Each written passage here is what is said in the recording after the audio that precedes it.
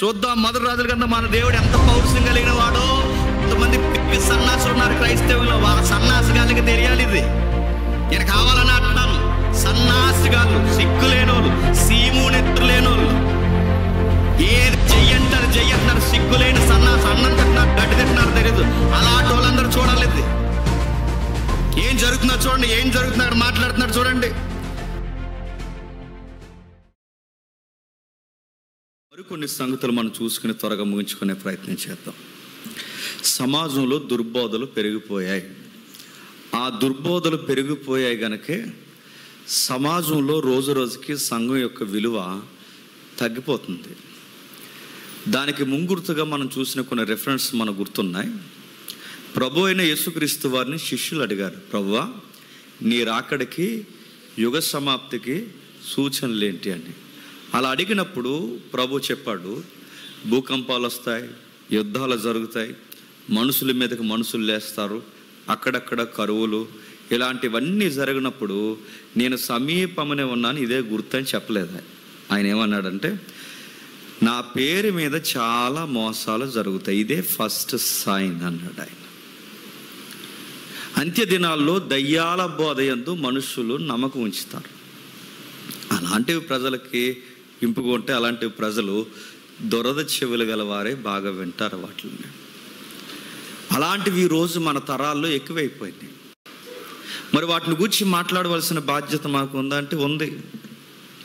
మరి చాలా సంఘాలు ఉన్నాయిగా, అవన్నీ ఎందుకు మాట్లాడవంటే మాట్లాడరు. ఎందుకంటే వాళ్ళ రాయితీ రెవెన్యూలు తగ్గిపోతాయని మాట్లాడరు. వాళ్ళు ఎందుకు మాట్లాడరు అంటే, నేను చెప్పానుగా గతించిన వారం చాలా కసిగా వాళ్ళకు ఉండాలని ఒక పదాన్ని నేను ఉపయోగించాను. దెలీలా తొడ మీద సంసోను జోగినట్టుగా ఈరోజు చాలా సంఘాలు నిద్రలో జోగుతున్నాయి. వాళ్ళు పట్టించుకోరు. వాళ్ళు వస్తారు సంఘానికి, 4 పాటలు పాడుకుంటారు, అది వర్షిప్ అంటారు. వర్షిప్ చేయొద్దని అంటలేదు, వర్షిప్ అంటారు. 4 మాటలు వింటారు, చేయాల్సిన ప్రార్థనలు ఏమైనా ఉంటే చేయించుకుని ఇంటికి వెళ్ళిపోతారు, అక్కడితో వదిలేస్తారు. ఏదనంటే ఈ మధ్యకాలంలో ఒక వింతైన సంగతి నేర్చుకున్నారు, అన్నీ దేవుడే చూసుకుంటాడండి. మరి నువ్వేం చూస్తావు? టీవీ చూస్తావు ఇంటికి వెళ్ళి? అన్నీ దేవుడే చూసుకుంటాడంటే మరి అపోస్తలులు ఏం చేశారు? ఫైట్ చేశారుగా.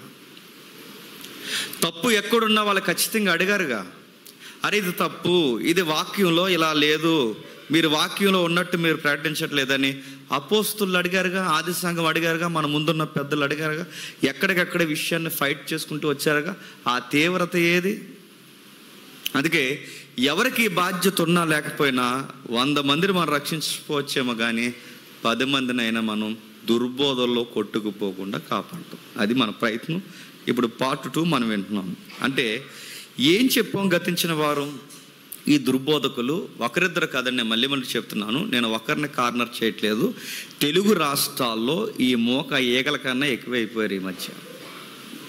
చాలామంది ఉన్నారు, ఒకరిద్దరు కాదు, చాలామంది ఉన్నారు. ఈది స్పీకర్ దగ్గర నుంచి ఇంటర్నేషనల్ స్పీకర్స్ వరకు ఈ ట్రెండ్ను కొనసాగిస్తున్నారు. ప్రజలు అలాంటి వారికి ఎక్కువ సపోర్ట్ ఉంది కనుక వాళ్ళ కరెన్సీలో కానీ వారికి ఫేమ్ నేమ్లో కానీ మహావృక్షాలుగా పాతుకుపోయారు. ఇప్పుడు అలాంటి వారికి ఇది తప్పని చెప్తే వాళ్ళకి వింతగా ఉంటుంది. వాళ్ళ శ్రోతలు, వాళ్ళ ప్రియులు మన మీద పడిపోయి ఏడుస్తారు. అంటే వాళ్ళకి అర్థం అవ్వదంటే వాళ్ళకి అర్థం అవ్వదు. వాళ్ళు కోట్ చేసిన రెఫరెన్స్ అంటే వాళ్ళు ఎంత నైస్ కవరింగ్ ఇస్తున్నారంటే, వాళ్ళు ఎంత నైస్ కవరింగ్ ఇస్తున్నారు చూడండి. గతించిన వారం మీరు ఎందుకు అరటిపళ్ళు యాపిల్స్ మీరు పంచుతున్నారు? తప్పు కదా, వాక్యంలో అలా లేదు కదా, మీరు ఎందుకు పంచుతున్నారంటే వాళ్ళు రెఫరెన్స్ కోట్ చేశారు. ఏమన్నారంటే, యెషయా గారు అంజూరపు పళ్ళు హిజ్కియాకి ఇచ్చాడుగా, యెషయా గారు అంజూరపు పళ్ళు హిజ్కియాకి ఇచ్చాడు కనుక మేమేమి ఇస్తున్నాం? అరటిపళ్ళు ఇస్తున్నాం అన్నారు. అంటే మీరు మమ్మల్ని అరటిపళ్ళు ఎందుకు ఇస్తున్నారని అడగాలంటే ముందు మనం వెళ్ళి ఎవరిని అడగాలంట? యెషయా గారిని అడగాలట. వెళ్ళాం, అడిగాం. యెషయా గారు ఏం చెప్పారంటే, నేను మిరాకల్ అనేది లేదు, దాన్ని మెడిసిన్గా ఇచ్చానని మనకు చెప్పాడు గతించిన వారం ఆయన. ఇక చెప్పాల్సిన పెద్ద మనిషి ఎవరున్నారు? ఇది ఎవరైతే కోట్ చేసుకున్నారో వాళ్ళు చెప్పాలి. చెప్పరు, నాకు తెలుసు వాళ్ళు చెప్పరు, నోరెప్పరు. జేమ్స్ అనేవాడు ఇలాగ అన్నాడంట, దానికి ఎవరు నిధి అని అనరు. అంటే మెడిసిన్ ఇస్తాం, దీని జోలికి రారు, అడగరు. నేను అడుగుతున్నాను, టెక్స్ట్ చెబుతుంది మిరాకిల్ వేరు, మెడిసిన్ వేరు. అరే మినిమం బేసిక్స్ తెలియకుండా మీరు ఎలా స్పీకర్స్ అయిపోయారా అంటే వీళ్ళకి ట్రైనింగ్ లేదు. ఎవరో ఒకరిని కాపీ కొట్టడం, ఆయన చెయ్యెత్తితే వీళ్ళు చెయ్యెత్తడం నేర్చుకోవడం, ఆయన కచ్చిపెత్తితే వీళ్ళు కచ్చిపెత్తడం నేర్చుకోవడం, ఆయన ఎలా పిలుస్తే అలా పిలవడం. అంటే మీరు ఒకరిని ఫాలో అయ్యారు, దాన్నే ఎంబడిస్తున్నారు. ఆ ఎంబడిస్తున్న ఆ డెమోనే మీరు డయాస్ మీద ప్రజెంటేషన్ ఇస్తున్నారు. ఒక ఆథర్ని ఎవరినైనా ఫాలో అవ్వరు అంటే, ఒక బుక్ రచయితను ఎవరినైనా ఫాలో అవుతారు? ఫాలో అవ్వరు. నేను అడుగుతున్నా అండి, ఎలాంటి దుర్బోధలు రాకుండా అంటే డైరెక్ట్గానే చెప్తున్నాను. ఎవరైనా స్పీకర్స్ ఉంటే మినిమం వ్యాఖ్యానాలు చదవండి. వ్యాఖ్యానాలను కొన్ని ఉంటాయి. శ్రోతలు ఎలాగూ చదవరు. శ్రోతలు ఎలాగ చదవంటే వీళ్ళు చదవరు. శ్రోతలు ఎలా చదవరు? మీరైనా వ్యాఖ్యానాలు ఉంటాయి, కామెంట్రీస్ అంటారు వాటిని. అవి కనీసం చదివితే మేము కామెంటరీలు కొనలేము, మాకు బద్ధకం, మాకు ఒళ్ళు బద్ధకం అనుకుంటే యాప్స్లో కూడా దొరుకుతున్నాయి. మొబైల్ యాప్స్లో కామెంటరీస్. ఇప్పుడు మినిమం ఆ కామెంటరీ నొక్కిన ఏంట్రా ఈ రెఫరెన్స్ అర్థం ఏంటని ఆ కామెంటరీ టైప్ చేసిన అక్కడ ఒక వ్యాఖ్యానం ఉంటుంది. పోనీ గూగుల్ని అడిగా ఒక వ్యాఖ్యానం ఇస్తుంది. మేమేమీ చెయ్యం, మాకు ఇలా తోసింది, పరిశుద్ధాత్ముడు మాకు అక్కడ ఎలా అనిపిస్తే అలా మాట్లాడేస్తామంటే ఆ రెఫరెన్స్ అయినా అర్థమైందా మీకు? చాలామంది ఒక మాట, వంకర మాట చెప్తారు. ఏ మాట చెప్తారు తెలుసా? ఆ టయానికి మన పులిపీట ఎక్కి అక్కడ నిలబడితే పరిశుద్ధాత్ముడే అంటే ప్రిపేర్ అవ్వా. ఒక ప్రసంగం చెప్పడానికి వారం ఫైట్ చేయాలి నువ్వు, వారం. ఇక్కడ కూర్చునే సమయానికి ఎన్నిసార్లు నీ మైండ్లో ఒక్కసారి నీకు నువ్వే ఎన్నిసార్లు చెప్పుకుంటావా? ఒక మెసేజ్ ప్రిపేర్ చేయడానికి 12 గంటలు 13 గంటలు తెల్లారిపోవాలి. కొన్నిసార్లు కొన్ని ప్రసంగాలు పక్క వ్యక్తులతో పంచుకోవాలి. బ్రదర్, నేను ఇది చెప్పాలనుకుంటున్నాను, చెప్పొచ్చా? ఏమన్నా దీనికి ఏమన్నా విరుద్ధమైన పదాలు ఉన్నాయా? డిస్కషన్ చేయాలిగా. ఇటీవల కాలంలో ఒక మంచి వక్త చేద్దామని నేను మాట విన్నాను. బిల్లీ గ్రాహం గారు అండి, ఎంత పెద్ద బోధకుడు అండి ఆయన. బిల్లీ గ్రాహం గారు ఆయన సభ పెడితే ఫుట్బాల్ స్టేడియంస్ ఫుల్ అయిపోయాయి. అలాంటి ఆయన ఫుట్బాల్ స్టేడియం ఫుల్ అయిపోయి ఆయన ఎంతో సీనియర్ ప్రసంగికుడు అయినా ఆయన ప్రసంగానికి వెళ్ళే ముందు పక్కన 4-5 ఆయనకి దగ్గరకున్న బోధకులు ఉంటే ఈరోజు నేను ఈ మెసేజ్ చెప్పాలనుకుంటున్నాను, ఓకేనా అని అడిగేవాడంట. ఈరోజు ఉన్నారా? తగునమ్మా తయారవుతున్నారు, కూర్చుంటున్నారు. ఒక ప్రాక్టీస్ ఉండదు, ఒక ప్రిపరేషన్ ఉండదు, ఒక వ్యాఖ్యానం చదవడం ఉండదు, ఒక ఆదరణ ఫాలో అవ్వరు, ఒక చక్కటి థియాలజీ చెప్పి ఒక వివరణ ఏది ఫాలో అవ్వరు. పరిశుద్ధాత్ముడు అక్కడ ఎలా జ్ఞాపకం చేస్తున్నాడు అడుగుతున్నాను చెప్పండి. పరిశుద్ధాత్ముడు జ్ఞాపకం చేస్తాడు, నా పదంలోనే ఉందిగా అర్థం. మీరు ఏం మాట్లాడాలో అక్కడ ఆయన జ్ఞాపకం చేస్తాడు. జ్ఞాపకం చేయడం అంటే నువ్వు ప్రిపేర్ అయితే ఆ ప్రిపేర్ అయింది మరిచిపోకుండా చెప్పండి, జ్ఞాపకం చేస్తాడు. అది అర్థం. నువ్వేం ప్రిపేర్ అవ్వకుండా ఇక్కడ వచ్చి నాకు జ్ఞాపకం చేయి ఏం జ్ఞాపకం చేస్తాడు నీకు? నువ్వు ప్రిపేర్ అవ్వు, నువ్వు స్టడీ చేయి. ఆ స్టడీ చేసింది నువ్వు ప్రాక్టీస్ రెడీగా ఉండు, సమయమందును అసమయమందు రెడీగా ఉండు. ఆ టైంకు నువ్వు ఏం మాట్లాడాలో నువ్వు ప్రిపేర్ అయింది ఆయన జ్ఞాపకం చేస్తాడు. అది జ్ఞాపకం చేయడం అంటే. నేను ఏం ప్రిపేర్ అవ్వను, ఇక్కడికి వచ్చి నేను రాసుకుంటానంటే అంటే ఇప్పుడు ప్రిపేర్ అవుతున్నావా? నేను అడుగుతున్నాను, ఏం ప్రిపేర్ అవ్వరంటే ప్రిపేర్ అవ్వడు. అందుకే ఈ అరటిపల్లి బ్యాచ్కి ఎవడ అన్ఫిట్గా ఇచ్చాడు ఈ రెఫరెన్స్, అందుకే దొరికేశారు. నీకు ఎవడో సరైనడు చెప్పలేదు. నువ్వు అట్టిపొల్లికి కవరింగ్కి ఎదుగో ఆ ఇసుకియా దగ్గర యెషయా ఇచ్చిన ఆ అంజూరపు పళ్ళు కోట్ చేయని ఎవడో చెప్పాడు నీకు, అందుకే గుడ్డెద్ది సేలో పడినట్టు చెప్పారు వీళ్ళు. అది చెప్పారు. అక్కడ ఏం చెప్పారు? అరటిపళ్ళు వేరు, అత్తిపళ్ళు వేరు. తెలుసుగా? అత్తిపళ్ళు అంజూరపు పళ్ళు అంటే అంజూరపు పళ్ళు మెడిసిన్గా వాడారు, అరటి పళ్ళని మిరాకిల్గా వాడతారు. మిరాకిల్కి మెడిసిన్ ఎందుకు జోడు చేస్తున్నారు? మెడిసినే చెప్పండి. మిరాకిల్ మీరు మిరాకిల్ అంటున్నారా, మెడిసిన్ అంటున్నారా? మెడిసిన్ అంటే యెషయా యొక్క క్రియను చూపించండి. మిరాకిల్ అంటే బైబిల్లో మీకు తూగే రెఫరెన్స్ ఏముందో చూపించండి. అది చూపించి బాధ చేయండి. మాకు చూపించి మాట్లాడట్లా, మేమేం జడ్జిలేం కాదు. ప్రజలకు చూపించి వాస్తవాలు చెప్పండి. ఇది ఫస్ట్ పేజ్, అది చూసాం మనం. ఇప్పుడు రెండోది కోట్ చేశారు. ఏది కోట్ చేశారు? ఇప్పుడు చదవండి ఒకసారి, త్వరగానే ముగించుకుందాం ఒకసారి చూడండి. 2వ రాజుల గ్రంథం 2వ అధ్యాయం 19వ వచనం చూడండి.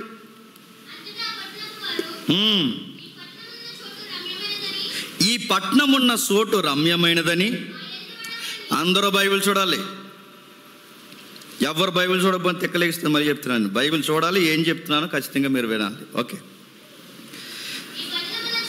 2వ రాజుల గ్రంథం 2వ అధ్యాయం 19వ వచనం.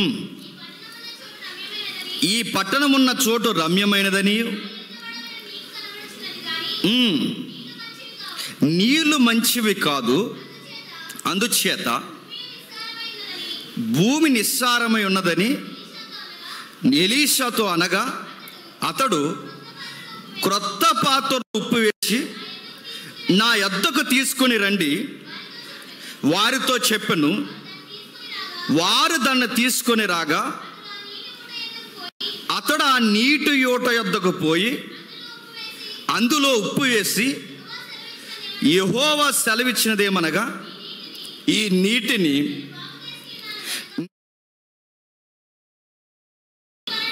ఇక దీని వలన మరణము కలగకపోవును, భూమియు నిస్సారముగా ఉండదనెను. కాబట్టి నేటి వరకు ఎలీసా చెప్పిన మాట చొప్పున ఆ నీరు మంచిదని ఈ రెఫరెన్స్ కోట్ చేశారండి. మొట్టమొదటి రెఫరెన్స్ ఏం కోట్ చేశారు? అక్కడ యెషయా అంజూర పళ్ళు ఇచ్చాడుగా. ఎక్కడ? హిజ్కియాకి క్యాన్సర్ కంత వచ్చినప్పుడు అంజూర పళ్ళు ఇచ్చాడు. అది మెడిసిన్, అది మిరాకిల్ పండు కాదు, అది అరటిపండు అసలా కాదు అని మనం తెలుసాం. ఇప్పుడు పేజ్ 2లో 2వ ఆర్గ్యుమెంట్ జరుగుతుంది మనకి. 2వ ఆర్గ్యుమెంట్లో వాళ్ళు ఇచ్చిన రెఫరెన్స్ ఏంటంటే, వాళ్ళు ఇచ్చిన రెఫరెన్స్ ఇదిగో, ఎలీసా ఉప్పిచ్చాడుగా, ఆయన ఉప్పిచ్చాడు, నేను అరటిపండు ఇచ్చాను అంటున్నాడు. ఆయన ఉప్పిచ్చాడు, మేము యాపిల్ చేస్తున్నాం. మీరు మమ్మల్ని అడగాలంటే మళ్ళీ ఎవరిని అడగాలంట? ఎలీసా గారిని అడగాలంట. మరి అడగాలిగా మనం ఎలీసా గారిని అడుగుతున్నాం. సార్ ఏంటి సార్ ఈ సంగతి ఏంటి సార్ అంటే, ఎలీసా గారు పరిశుద్ధాత్మ దేవుడు మనకు చెప్తాడు, కాస్త సందర్భం చదవండి అయ్యా అని చెప్తాడు ఆయన. సందర్భం ఏముందంటే, సందర్భం విషయం జరుగుతుంది. ఏం జరుగుతుందంటే, మీరు మొదటి అధ్యాయం రాజుల గ్రంథం 1వ అధ్యాయం 2వ అధ్యాయం అనగానే ఒక పెద్ద వ్యక్తి ఆరోహణం కాబోతున్నాడు. ఎవరైనా ఎలీసా గారి యొక్క గురువు ఎవరు? ఏలియా గారు. ఏలియా గారికి ఏం జరిగింది మనకు తెలుసుగా. ఆ మేడం వార్నింగ్ ఇచ్చింది. ఆవిడ అదో రకం. ఆవిడెవరు? ప్రపంచంలో దరిద్రులు కూడా ఎవరిదని ఉందంటే ఆవిడే. ఎవరు? యెజబెలు. ఏమంది? ఒక పెద్ద ఫైట్ జరిగిందిగా. ఫైట్ ఏం జరిగింది మనకు తెలుసు. బహిరంగ సవాల్ ఇస్తున్నాడు ఏలియా. ప్రజలు 2 పడల మీద తిరగడానికి వీలు లేదు. ఉంటే యెహోవా, లేదు బయలా యెహోవా, ఓపెన్ డిబేట్, తేలిపోవాలన్నాడు అంతే. ప్రజలందరూ వచ్చారు, తేల్చేస్తాను ఈరోజు, కడిగేస్తాను ఈరోజు అన్నాడు అంతే. పెట్టమన్న డిబేట్. ఇదిగో, మీ దేవుడు సత్యమైతే ఆకాశం నుంచి మెరుపొచ్చి బొగ్గుమని బలిపేట మీద ఉన్న ఈ గంధకాలని, బొగ్గుమని ఈ మాంసాన్ని అగ్ని గంధకాలు ఆహుతి చేయాలి, మెరుపు రావాలి. మీ దేవుడు అయితే, మా దేవుడు అయితే మా దేవుడు మెరుపు పుట్టిస్తాడు. మీ దేవుడు సత్యమైతే మీ దేవుడు పుట్టిస్తాడు. ఇది ఓపెన్ ఛాలెంజ్. రెడీయా అన్నారు. రెడీయా అని తగునమ్మా అని 400 800 మంది అష్టోరత ప్రవక్తులు, బైబిల్ ప్రవక్తులు తయారైపోయారు. సింగిల్గా ఒకడు ఉన్నాడు ఒకవైపు. ఎవరు చెప్పండి? ఫైట్ చాలా చాలా ఫైర్గా జరిగింది. ఫైట్ జరుగుతుంది. ఎంతకంటే తేలిపోవాలి ఈరోజా, మీరా నేనా అని.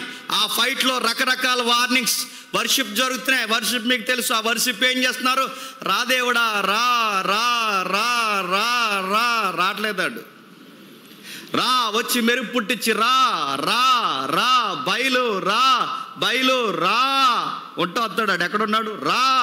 రాలేదాడు. మధ్యాహ్నం అయిపోయింది, రాడు. ఏలియా గారు పైకి లేస్తాడు. హలో, నిద్రపోయాడేమో మీ ఓడు అన్నాడు. ఎవరు? ఆ మాటలు ఉన్నాయి అక్కడ. హలో, మీ వాడికి సిగ్నల్స్ అందట్లేదేమో, నెట్వర్క్లో లేడేమో, లేపాల్సి ఉందేమో, ఇంకా పుండి మీద కారం చల్లినట్టు. అసలే అక్కడ జవాబు రావట్లేదు. ఆ వర్షిప్ చేస్తున్నారు. వర్షిప్ మీరు చూస్తున్నారుగా, వర్షిప్ చేస్తున్నారు. ఆ వర్షిప్ రా బయలు రా రా రా ఆడ రావట్లేదు. ఈ లోపల ఏలియా గారు వచ్చాడు. రాడు అన్నాడు. అన్నాడు, నిద్రపోయాడేమో, లేపాల్సి ఉందేమో. సిగ్నల్స్ అందట్లేదేమో, గొడవ గొడవ రచ్చన చేశారు. ఏలే గారి మాటలకి ఇంకా టెంపర్ వచ్చింది వీళ్ళకి. ఇంకా వర్షిప్ పెంచండి, స్పీడ్ పెంచండి అన్నారు. అంతే, స్పీడు రాడాడు. ఏం చేశాడు? ఆ తర్వాత మనకి పాత బ్లాక్ అండ్ వైట్ సినిమాలు చూసేవాళ్ళంగా. వీడియో ఉందనుకుంటా తమ్ముడు, అవుతుందా? వేద్దామా? రా అని చాలా ఫైట్ జరుగుతుంది, చాలా విషయాలు జరుగుతున్నాయి. ఆ జరుగుతుంటే వీళ్ళందరూ రకరకాల ప్రయత్నాలు చేస్తున్నారు. ఏం చేస్తున్నారు? ఒకసారి మొదటి రాజుల గ్రంథం రండి. మొదటి రాజుల గ్రంథం 18వ అధ్యాయం. మొదటి రాజుల గ్రంథం 18వ అధ్యాయం చూద్దాం. మొదటి రాజుల గ్రంథం మన దేవుడు ఎంత పౌరుషం కలిగిన వాడో. కొంతమంది పిరికి సన్నాసులు ఉన్నారు క్రైస్తవంలో. ఆ సన్నాసిగాళ్ళకి తెలియాలి ఇది. నేను కావాలని అంటున్నాను. సన్నాసిగాళ్ళు, సిగ్గులేనోళ్ళు, సీము నెత్తురు లేనోళ్ళు, ఏది జయ్యి అంటారు జయ్యి అంటున్నారు. సిగ్గులేని సన్నాసి, అన్నం తింటున్నారు, గడ్డి తింటున్నారు తెలియదు. అలాంటి వాళ్ళందరూ చూడాలి ఇది. ఏం జరుగుతుందో చూడండి, ఏం జరుగుతుందో అక్కడ మాట్లాడుతున్నాడు చూడండి. 18వ అధ్యాయం 28వ వచనం. 18వ అధ్యాయం 28వ వచనం. వారు మరి గట్టిగా కేకలు వేయచ్చు, రక్తము కారినంత మట్టుకు తమ మర్యాద చొప్పున కత్తులతో శస్త్రములతో తమ దేహములు కోసుకొనుచుండ్రి. కత్తులతో శస్త్రములతో తమ దేహములు కోసుకొనుచుండ్రి. ఈ ప్రకారం మధ్యాహ్నమైన తర్వాత అస్తనైవేద్యం అర్పించు సమయం వరకు ఈ ప్రకటన చేయిచూ వచ్చిరే గాని మాటైనను ప్రత్యుత్తరమైన ఇచ్చేవాడు, లక్ష్యము చేయవాడు ఎవడునూ లేకపోను. డేరుగానే చెప్తున్నాను, మొహాముఖిగా చెప్తున్నాను, మోమాటం లేకుండా చెప్తున్నాను. ప్రతి రిలీజన్లో దేవుణ్ణి పిలిచే ఒక వర్షిప్ ఉంటుంది. ఆ వర్షిప్ పెట్టి చెప్పిన గట్టిగా వర్షిప్ చేస్తారు. ఎంత గట్టిగా అంటే ముందు నార్మల్ వర్షిప్ చేస్తారు. రా అంటారు, రాడు. బ్లాక్ అండ్ వైట్లో చూపించేవారు ఎట్లా వేస్తారు మూవీల్లో. రా అంటాడు, రాడు. అప్పుడు దేవుడు రావట్లేదని, అమ్మో ఆ దేవుడు రావట్లేదని ఈ భక్తురాలు లేచిపోయి, రా దేవత రాదు, రావా అయితే నేను గంటకేసి కొట్టేసుకుంటాను తల అంటది. అంతే, గంటకేసి తల కొట్టేసుకుంటుంది, గోడకేసి. అదే చేస్తున్నారు చూడండి, గంటకేసి కూడా రక్తం వచ్చేలా అంటే రక్తం ఇచ్చి రా అని మొత్తం ఈపులు తొల్లో నరికేసుకుంటున్నారట. సినిమాల్లో కాబట్టి వచ్చింది. అమ్మ బయట వస్తుందా? కట్ చేసుకుంటారు, ఏం చేసుకుంటారో చేసుకోండి. నేను డైరెక్ట్గా చెప్తున్నాను. నేను సినిమాల్లో కాబట్టి వచ్చింది. బయట అని అడుగుతున్నాను, ఎక్కడ ఏది ఎక్కడొచ్చింది? మిడిల్ ఆసియాలో జరిగిన ఓపెన్ డిబేట్. ఉదయం నుంచి సాయంత్రం వరకు నరుక్కున్నారు, రాలేదు. గట్టిగా వర్షిప్ పెంచేశారు, రక్తం గారుకునిలా కొట్టుకుంటున్నారు, రా అని. ఈ మధ్య మన దాంట్లో కూడా వచ్చింది, వర్షిప్ పేరుతో తైతెక్కల వ్యవహారాలు ఎక్కువయ్యాయి.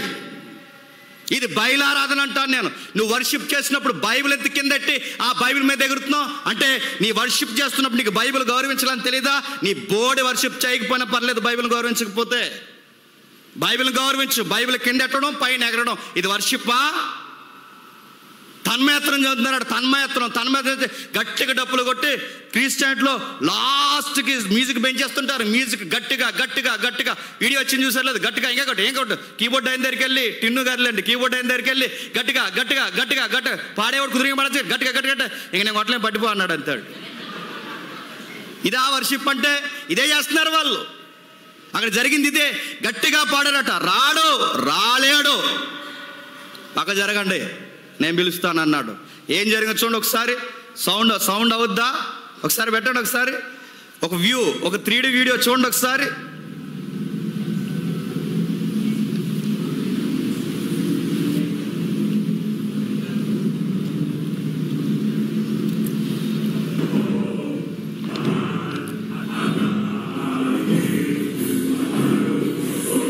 వర్షిప్ అది.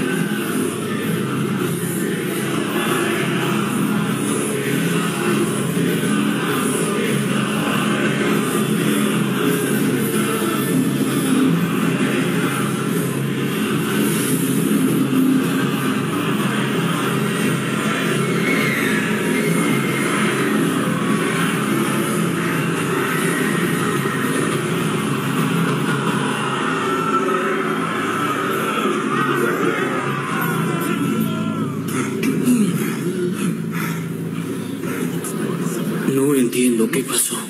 Es muy extraño. Just super book video అది. నిజంగా దాని మీద నిజంగా చెప్తానండి, దాని మీద సరిగ్గా రియాలిటీ ఏంటో తీస్తే అసలు దేవుని కార్యాలు ఏంటో అర్థం అవ్వాలి. అది సూపర్ బుక్ మనకి ఎలా ఉంది. నేను మళ్ళీ అడుగుతున్నాను, ఎందుకు ఆ ఇమేజ్ చూపిస్తున్నానంటే దేవుడు చేసిన గొప్ప కార్యాలు అవి, దేవుడు చేసిన అద్భుత కార్యాలు. అయిపోయిందా ఇంకా ఉందా? Okay, please.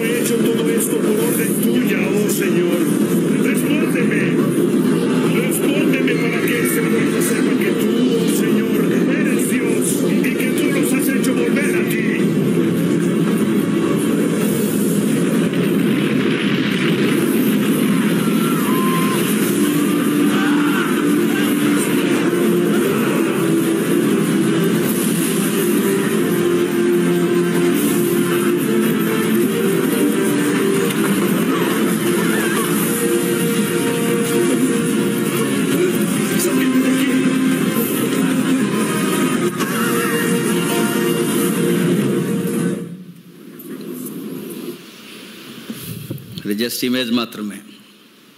ఓపెన్ డిబేట్ జరిగింది. ఓపెన్ డిబేట్లో తేలిపోయింది దేవుడు ఎవరో.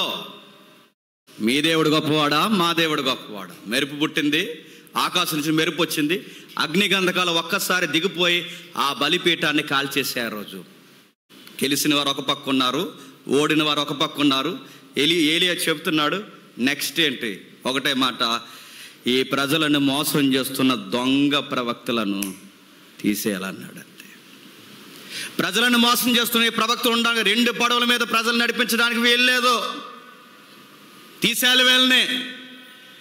మొన్న లాస్ట్ వీక్ కామెంట్లు పెట్టారంట, మీకు ఎందుకన్నా అంటే, మీకు ఎందుకనపోతే మరి నీకెందుకు వచ్చావు లైవ్ షాట్లోకి? నేను అడుగుతున్నాను, దొంగ అకౌంట్లు ఫేక్ అకౌంట్లు కాదు, రా నువ్వు సీరియస్గా రా, నీకు మైక్ ఇచ్చాడు కూర్చోబెడతాం. ఆర్తయ్య అమలత ఎవరో ఉంది పేరు,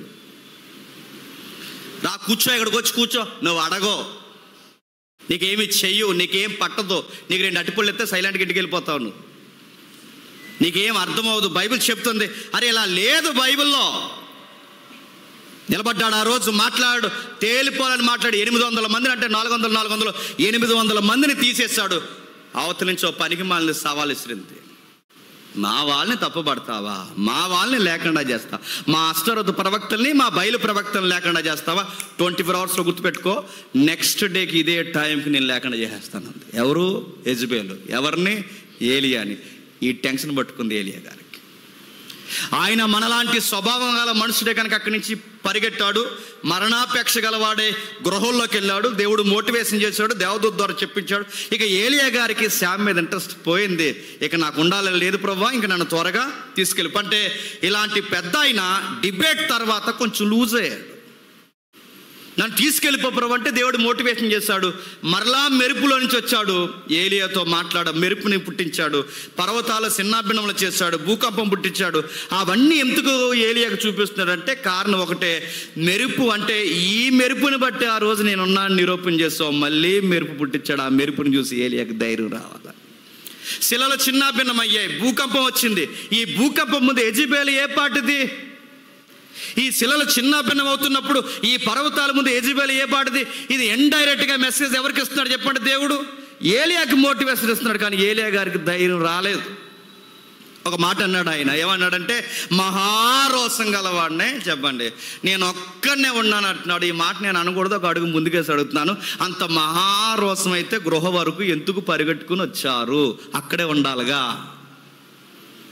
ఎందుకు పరుగుపరచంటే ఆయన మనలాంటి మనుషుడు, ఆయనకి టెన్షన్ అయింది, బాధ అయింది, భయం వేసింది, వచ్చేసాడు.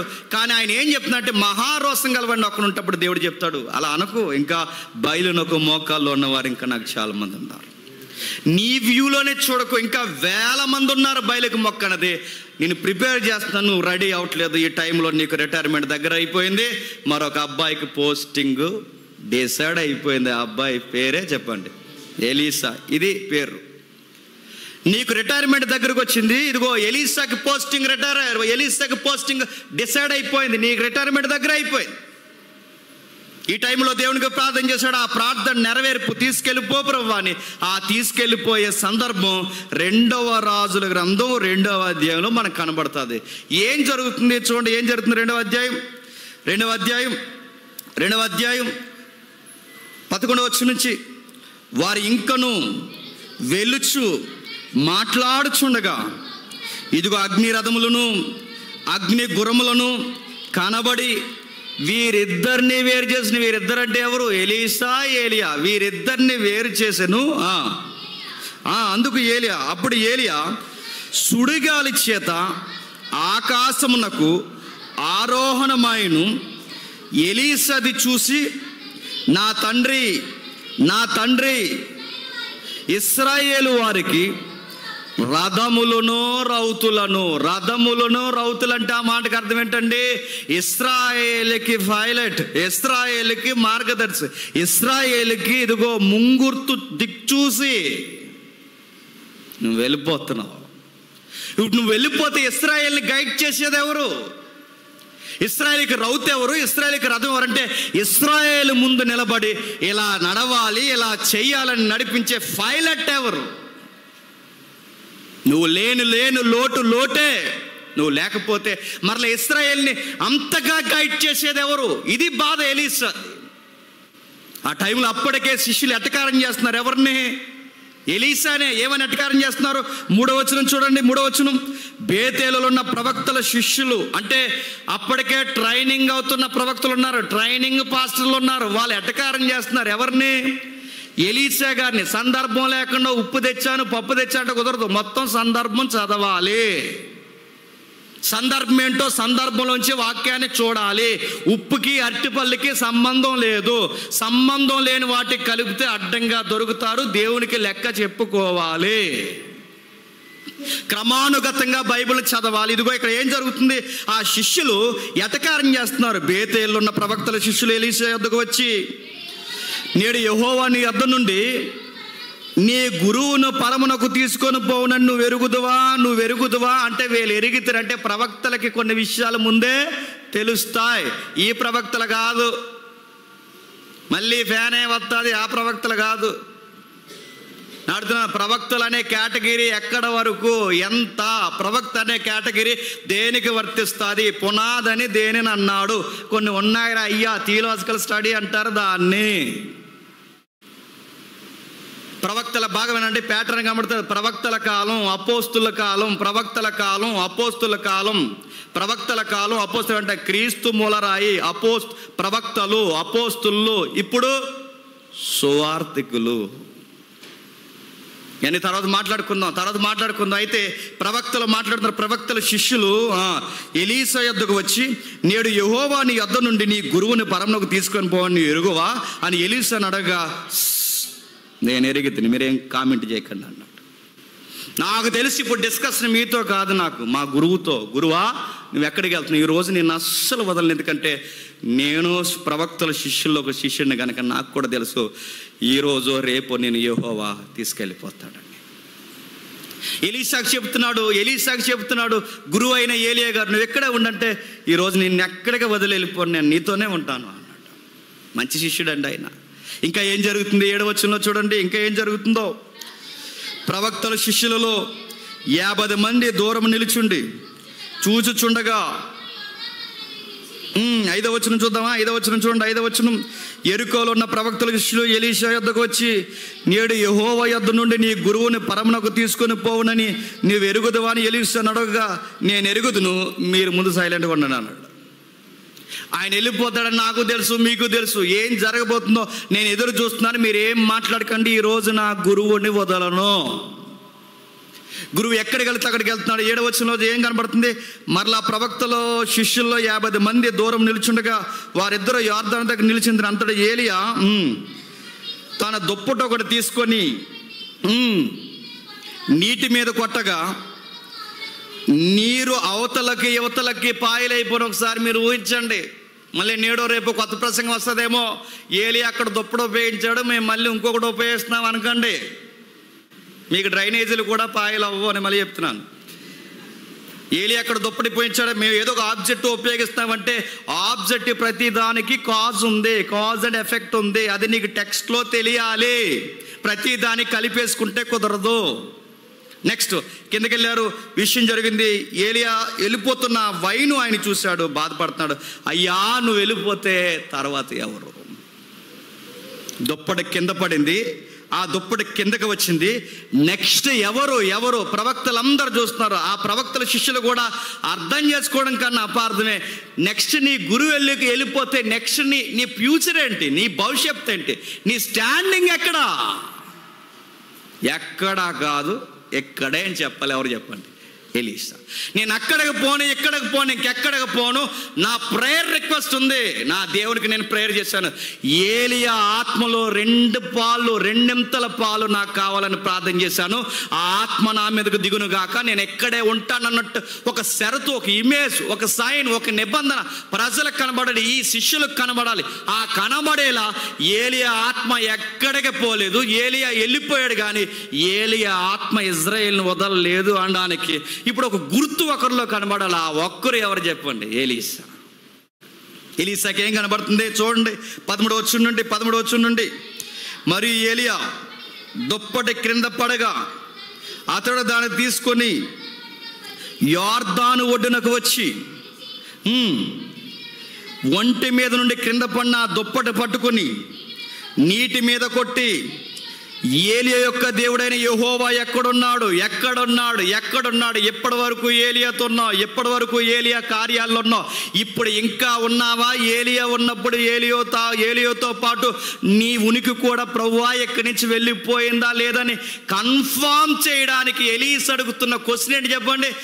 ఏలియా దేవుడు ఎక్కడున్నాడు? దేవుడు ఇప్పుడు రుజువు కావాలి. ఎక్కడికి వెళ్ళలేదు, ఎక్కడే ఉన్నాడు అంటే విట్నెస్ ఏంటి తెలుసా? అదే దుప్పడే మడత పెట్టి తిరగేసి అదే నదిని కొడితే మళ్ళీ నది ఏమైంది? పాయలైపోయింది. అంటే ఎప్పటి వరకు ఏలియాతో ఉన్న దేవుడు ఎలీషాతో ఉన్నాడు అనడానికి అదొక డిక్లరేషన్. గుర్తుపెట్టుకోండి. నీతో నేను ఉన్నాను, ఇప్పటి వరకు నీ గురువుతో ఉన్నాను, ఇప్పుడు నీతో ఉన్నాను, ఎల్లప్పుడూ మీతో నేను ఉంటాను. ఇప్పుడు ఏలియా వెళ్ళిపోయిన లోటుని ఎవరు భర్తీ చేస్తున్నారండి? ఎలీషా భర్తీ చేస్తానంటే ఏలియా లేని లోటు ఇశ్రాయేలుకి రథములు రౌతైనా ఇప్పుడు ఆ ఇశ్రాయేలుకి రథము రౌతు ఎవరు అవుతున్నారు? ఎలీషా అవుతున్నాడు. అంటే గురువుకు తగ్గ శిష్యుడు అంటే ఏలియా లేకపోయినా ఏలియా లాంటి మళ్ళీ ఆ పవర్ఫుల్ మినిస్ట్రీ ఎవరు కొనసాగిస్తున్నారు? ఎలీషా కొనసాగిస్తున్నాడు. ఇప్పుడు విషయం జరుగుతుంది. టెక్స్ట్లోకి వస్తున్నాం కిందికి.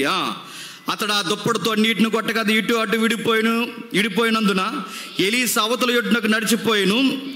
ఎరుకో దగ్గరుండి కనిపెట్టుచున్న ప్రవక్తల శిష్యులు అతన్ని చూసి ఏలియా ఆత్మ ఎలీషా మీద నిలిచి ఉన్నదని చెప్పుకొని అతను ఎదుర్కొనబోయి అతనికి సాష్టాంగ నమస్కారం చేశారు. ఇందాకటి వరకు ఏమని కామెంట్ చేశారండి? బ్యాచ్ అంతా ఏడి వెళ్ళిపోతున్నాడు, నెక్స్ట్ నీ ఫ్యూచర్ ఏంటి, మీ గురువు గారు వెళ్ళిపోతారు, నెక్స్ట్ నీ జాబ్ ఏంటి, అన్నీ వదిలేసి వచ్చేసావు, నెక్స్ట్ నీ గురువు గారు వెళ్ళిపోతారు, నెక్స్ట్ నీ జాబ్ ఏంటి, తర్వాత ఏంటి నీ పొజిషన్ ఏంటంటే ఎలీషాకు కరెక్ట్ వ్యూ ఉంది, ఎలీషా గారికి కరెక్ట్ నిర్ణయం ఉంది.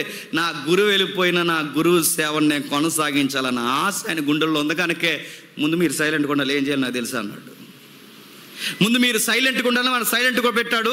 ఆ ఎలీషా చూపిస్తున్నాడు. ఇదిగో ఎలీషా మాటలతో చెప్పలేదు, మరి చేతలతో చూపించాడు. ఏమని చూపించాడు? ఇదిగో ఏలియాని నడిపించిన ఆత్మదేవుడు నాతో ఉన్నాడని ఎలీషా చూపించాడు. అంటే 1 by 1 అంటే ఈ 2వ అధ్యాయం అంతా చదువుతుంటే మనకి ఏం అర్థమవుతుంది? ఎలీషాని సేవలో దేవుడు ఏం చేస్తున్నాడు చెప్పండి? దృఢపరుస్తున్నాడు, నిలబెడుతున్నాడు. ఈ దృఢపరిచి నిలబెడుతున్న ఈ కార్యక్రమం అంటే ఎర్లీ మినిస్ట్రీ స్టార్ట్ అయింది దీనికి. ఇప్పుడు ఏలియా గారు ఉన్నంతసేపు వేరు, ఇప్పుడు ఇండివిజువల్ ఎర్లీ మినిస్ట్రీ స్టార్ట్ అయింది. ఇప్పుడు ఈ నూతన సేవలో ఇప్పుడు ఏలియా తర్వాత ఇక ఎలీషానే అని కన్ఫర్మ్ అవడానికి ప్రవక్తలందరికీ గుర్తేంటి? ఆ మడత పెట్టు కొట్టాడు చూసారా ఆ దుప్పటిని నది మీద, ఆ దుప్పటితో కొట్టినప్పుడు వాళ్ళకి అర్థమైపోయింది ఏలియా దేవుడు ఎలీషాతో ఉన్నాడు. వీళ్ళకి అర్థమైంది, పబ్లిక్ అర్థం అవ్వాలిగా. ఈ సీన్ అంతా ఎక్కడ జరుగుతుంది? సీన్ ఆఫ్ అఫెన్స్ అంతా ఎక్కడ? అఫెన్స్ అనకూడదు. ఈ సీన్ ఆఫ్ గ్రాఫ్ అంతా ఎక్కడ? ఎరుకో టౌన్ దగ్గర జరుగుతుంది. ఎక్కడ? ఎరుకో. ఆ ఎరుకో దగ్గర వచ్చిన గొడవే ఉప్పు గొడవ. ఎరుకో దగ్గర అంటే ప్రవక్తలకు అర్థమైంది. తర్వాత విషయం కిందకు వచ్చాడు. కింది భాగాలు దిగిపోయినప్పుడు ఆ ఎరుకో దగ్గర ఏం జరుగుతుంది ఇప్పుడు చదవండి. 19వ అధ్యాయం 19వ వచనం. అంతటా ఆ పట్టణపు వారు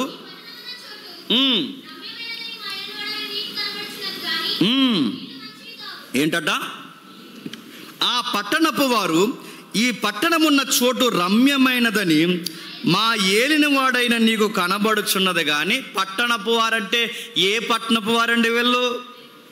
ఎరుకో పట్టణపు వారు. ఎరుకోని గురించి ఆలోచిస్తున్నప్పుడు ఆవిడ గురించి తెలుసుగా. బిఫోర్ లాస్ట్ వీక్ అంతకుముందు మనం విన్నాం ఆవిడ గురించి. ఎవరు ఆవిడ?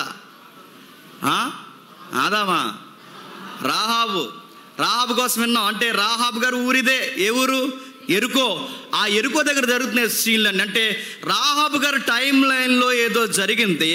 ఆ జరిగిన ఎఫెక్ట్ మళ్ళీ ఇక్కడ రికార్డ్ చేయబడుతుంది. ఏం జరిగింది ఆ టైంలో? ఎరుకో పట్టణస్తులు అందరూ వచ్చి, అయ్యా మా టౌన్, ఆ ఇమేజ్ చూపించముడు, మా టౌన్ చూడడానికి బాగానే ఉంది కానీ, మా పట్టణం చూడడానికి బాగానే ఉంది కానీ మా భూసారంలో ఉన్న నీళ్లు బాగు, మాకు మంచి నీళ్ళు ఏవి లేవయ్యా, అసలు నీళ్లు పడవు మాకు. ఒకవేళ నీళ్లు పడిన వృక్షాలు పండవు, పంటలు పండవు, జంతువులు ఏనవు. బాగా వినండి, జంతువులు అవి గర్భస్రావం అంటే గర్భాలు దాల్చవు. జంతువులే కాదు, చివరికి మా స్త్రీలు కూడా గర్భాలు దాల్చరు. ఈ యొక్క చరిత్ర లేదా ఈ బాధలన్నీ ఎరుకో పట్టణస్తులు ఎదుర్కొన్నారట. ఈ చరిత్ర బయట నమోదు చేయబడింది. మరి ఇక్కడ లేదు కదా జంతువులు గర్భాలు రాలేదని, అలాగే ఇంకెవరికి స్త్రీలకు కూడా గర్భాలు రాలేదని, ఆ వాటర్ ప్రాబ్లం వల్ల పంట వృక్షాలు నష్టపోయాయని ఎక్కడ లేదు కదంటే, యూదులకు చరిత్రకారుడు ఒక ఆయన ఉన్నాడు. ఎవరైనా? జోసఫస్ అంటారు. యూదుల చరిత్రకారుడు ఎవరు? జోసఫస్ ఏమని చెప్పాడు చూడండి. ఈ టెక్స్ట్ని అక్కడ రికార్డ్ చేస్తూ ఆ టెక్స్ట్లో మనకు రాశాడు. చరిత్రలో వాళ్ళ ఊర్లో ఏం జరుగుతుంది అక్కడ రాశాడు జోసఫస్. అది చదవండి. చదువుతాడు ఒకసారి. నేలను నిర్మానుష్యముగా మరియు ఫలించినదిగా చేసిన జలాలు అంటే అక్కడ భూగర్భంలో ఉన్న నీళ్ళు ఏం చేసేట, భూమిని నిస్సారంగా హిస్టరీ. జోసఫస్ చెప్పిన హిస్టరీ ఇది. యూదుల చరిత్రకారుడు చెప్పిన చరిత్ర ఇది. నేను రాసుకుని వచ్చిన చరిత్ర కాదు. జోసఫస్ అనే చరిత్రని ప్రతి చరిత్రకారుడు అంగీకరిస్తారు. ఆయన చెబుతున్నాడు ఆ ఏరియాలో ఎరుకోలో నీళ్లు, భూగర్భపు జలాలు ఎలా ఉండేవంటే, చదువు. చెట్లు దాని వల్ల వాటి పండ్లను గర్భస్రావం చేస్తాయి. అయితే అవి స్త్రీలు మరియు జంతువులకు. ఇవి ట్రాన్స్లేషన్ భాషగానికి అలా ఉంది. ఇంగ్లీష్ తెలుగు డబ్బింగ్ అయితే అలా ఏడిసింది. ఏదో అర్థం చేసుకోండి. చెప్పండి, చదవండి.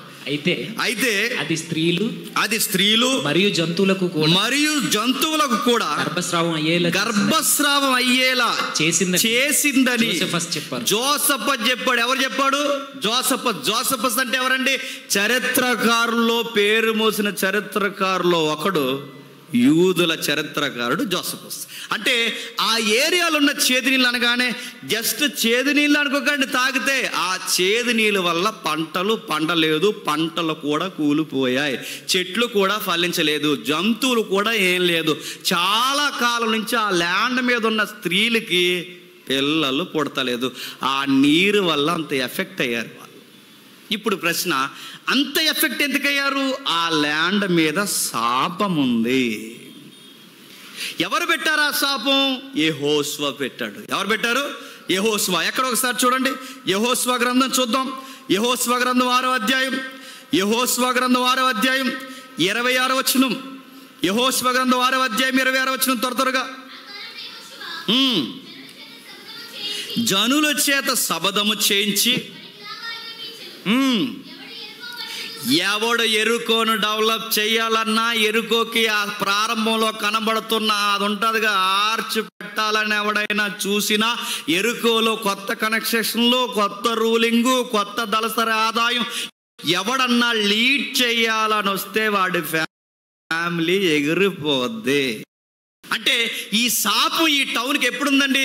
యెహోషువ కాలం. అంటే యెహోషువ కాలానికి, ఎలీసా కాలానికి చెప్పండి చాలా వందల సంవత్సరాల ఖాళీ అవుతుంది. అప్పటి నుంచి ఆ భూమి ఏం వస్తుంది? శాపం వస్తుంది. అందుకే ఆ టౌను చూడడానికి టౌన్ బాగుంటుంది, కానీ అక్కడ సారవంతమైన నీళ్లు దొరకవు. అంటే యెహోషువ కాలంలో ఆ ప్రాంతానికి శాపం వచ్చింది. అప్పటి నుంచి వాళ్ళకి చాలా ఒడిదుడుకులు ఎదుర్కొన్నారు, శ్రమలు ఎదుర్కొన్నారు. వాళ్ళకి పంటలు పండట్లేదు, పిల్లలు పుట్టట్లేదు. ఇలాంటి టైంలో ఇదంతా దేని వలన జరుగుతుందంటే వాళ్ళకి తెలుసు, మనకు సరి అయిన నీళ్లు దొరకట్లేదు. ఇవి సేదు నీళ్ళు సార్, మా ఊరు చూడడానికి బాగుంటుంది కానీ మా నీళ్ళు మాత్రం బాగోవు సార్ అంటే దేవుడు వారి మొరకి జాలిపడ్డాడు. మొరకంటే యెహోషువ వలన వచ్చిన శాపం మరలా ఆ శాపాన్ని ఎవరి ద్వారా తీసేస్తున్నాడండి? ఎలీషా ద్వారా. బాగా వినాలి, మనం పాయింట్కి వస్తున్నాం. అంటే యెహోషువ వల్ల వచ్చిన శాపం, యెహోషువ ద్వారా వచ్చిన శాపం తరాలు మారి ఎలీషా కాలంకి వచ్చేసరికి పట్టణస్తులందరూ వచ్చి, అయ్యా మా పరిస్థితి అంటే దైవజనుడిని గౌరవిస్తున్నారు, అయ్యా మా పరిస్థితి ఇది, మాకు ఇలా జరిగింది, మా పరిస్థితులు మా బతుకులు ఏమీ బాగాలేదని విజ్ఞాపన చేసుకుంటే, ఏలినవాడా అని దైవజనుడిని గౌరవించి దైవజనుడి వైపు నుంచి యెహోవాకు వాళ్ళు రిక్వెస్ట్ పెట్టుకుంటే, ఆ రిక్వెస్ట్లో అప్పుడు శాపాన్ని ఎప్పుడు తీస్తున్నాడు చెప్పండి? ఎలీషా ద్వారా తీస్తున్నాడు. మళ్ళీ పాయింట్ మర్చిపోకండి, మరోటి చెప్తున్నాను. ప్రవక్తలందరికీ ఏలియా తర్వాత ఎలీషా అని డిక్లేర్ అయిపోయింది. బాగా వినాలి, ప్రవక్తలందరికీ ఏలియా తర్వాత ఎలీషా అని కన్ఫర్మ్ అయిపోయింది. ఇప్పుడు పట్టణ ప్రజలకి పెద్దలకి పక్కా ఏలియా తర్వాత ఎలీసే అని కన్ఫర్మ్ అవ్వాలి అంటే ఇప్పుడు ఒక క్రియ జరగాలి. ఆ క్రియ ఏంటి చెప్పండి?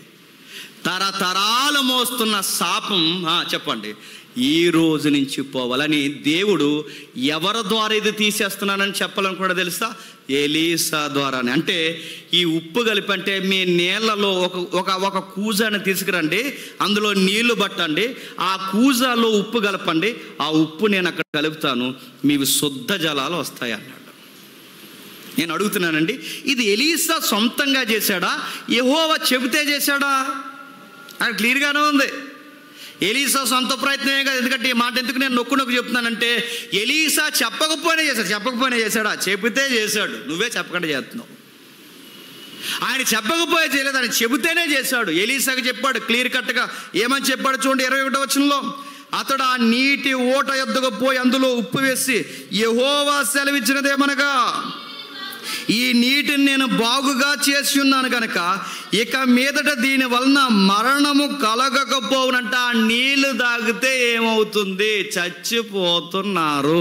అంత ప్రమాదకరమైన నీళ్ళు. చేదంటే వగరగా ఉంటాయి అనుకోకండి, చచ్చిపోయే నీళ్ళయి. అంటే ఆ నీళ్ళు తాగితే చచ్చిపోతారా? మరి ఏం ప్రాబ్లం వచ్చేదో, బ్లడ్ స్టక్ అయిపోయేదో, హార్ట్ స్టక్ అయిపోయేదో, ఏమి స్టక్ అయిపోయేది తెలియదు కాదు. మొత్తం మీద ఆ నీళ్ళ వల్ల చచ్చిపోయేవారు, పిల్లలు పుట్టేవారు కాదు, పంటలు పండేవారు కాదు. ఈ శాపం ఎక్కడి నుంచి ఉందంటే ఎలీషా కాలం నుంచి ఉంది. ఇప్పుడు ఆ శాపాన్ని ఎవరిదో, క్షమించండి, యెహోషువ కాలం నుంచి ఉంది. ఇప్పుడు ఆ శాపాన్ని ఎవరి ద్వారా తీసేస్తున్నాడు? ఇప్పుడు ఈ శాపాన్ని తీసేస్తున్నాడంటే దాని అర్థం ఏంటి? ఇప్పుడు నేను మరలా యెరికో పట్టణస్తులారా నేను మిమ్మల్ని ప్రేమిస్తున్నానని చెప్పడానికి ఎలీషా ద్వారా చూపిస్తున్న క్రియే నీటిలో చెప్పండి ఉప్పు కలపడం. దీనికి ఎంత చరిత్ర ఉంది? అట్టిపళ్ళు ఉన్నాయి ఇక్కడ, దీనికి ఎంత చరిత్ర ఉంది, దీనికి ఎంత ఆధారం ఉంది. మరో మాట చెప్తున్నాను, అసలు ఉప్పు ఎందుకు కలుపుతారు? ఉప్పు కలపాలని ఒక లా ఉంది. చరిత్రలో మోసే ఆ యెరికో పట్టణం, ఇదే పట్టణం చరిత్రలో యెరికోకు దగ్గరకు ఉన్నప్పుడు, ఆ ప్రాంతాల దగ్గరగా ప్రజలు వస్తున్నప్పుడు ఈత చెట్ల పట్టణం అని ఉంటుంది. ఈత చెట్ల పట్టణం అంటే యెరికోయే. ఆ యెరికో దగ్గర ఆ రోజుల్లో కూడా చేదు నీళ్లు దగ్గరగా ఉన్నాయి. అప్పుడు నీళ్లు తాగడానికి మోసేని దేవుడు ఏం కలపమన్నాడు? ఆ చెట్టు కొమ్మని ఇరిసి అక్కడ పడమన్నాడు. ఇక్కడ చెట్టు కొమ్మ ఎందుకు పడలేదు? ఏ కొమ్మ కానీ ఏది చేయలేదు. ఇక్కడ ఎందుకు పడేస్తున్నాడు తెలుసో? ఉప్పే ఎందుకు కలుపుతున్నాడంటే, ఇప్పుడు ఎలీషాకి, యెహోవాకి, ప్రజలకి ముగ్గురికి మధ్యర్థంగా ఉప్పు కలుపుతున్నాడు. దాని అర్థం ఏంటో తెలుసా? నిబంధన గుర్తు అని. ఎక్కడుంది చూడండి ఒకసారి. లేవియాకాండం 2వ అధ్యాయం, త్వరగా లేవియాకాండం 2వ అధ్యాయం 13వ వచనం చూడండి. నువ్వు అర్పించు ప్రతి నైవేద్యానికి ఉప్పు చేర్చవలను. నీ దేవుని నిబంధన యొక్క ఉప్పు, దేవుని నిబంధన యొక్క ఉప్పు, దేవుని నిబంధన యొక్క ఉప్పు, దేవుని నిబంధన యొక్క ఉప్పు, దేవుని నిబంధన అరటిపండు యాపిల్ కాదు. నా మాటలు అర్థమవుతున్నాయి లేదు? దేవుని నిబంధనకు ఉప్పు అంటే పాత నిబంధన దగ్గర నుంచి ఉప్పు దేనికి సంకేతం చెప్పండి? నిబంధన.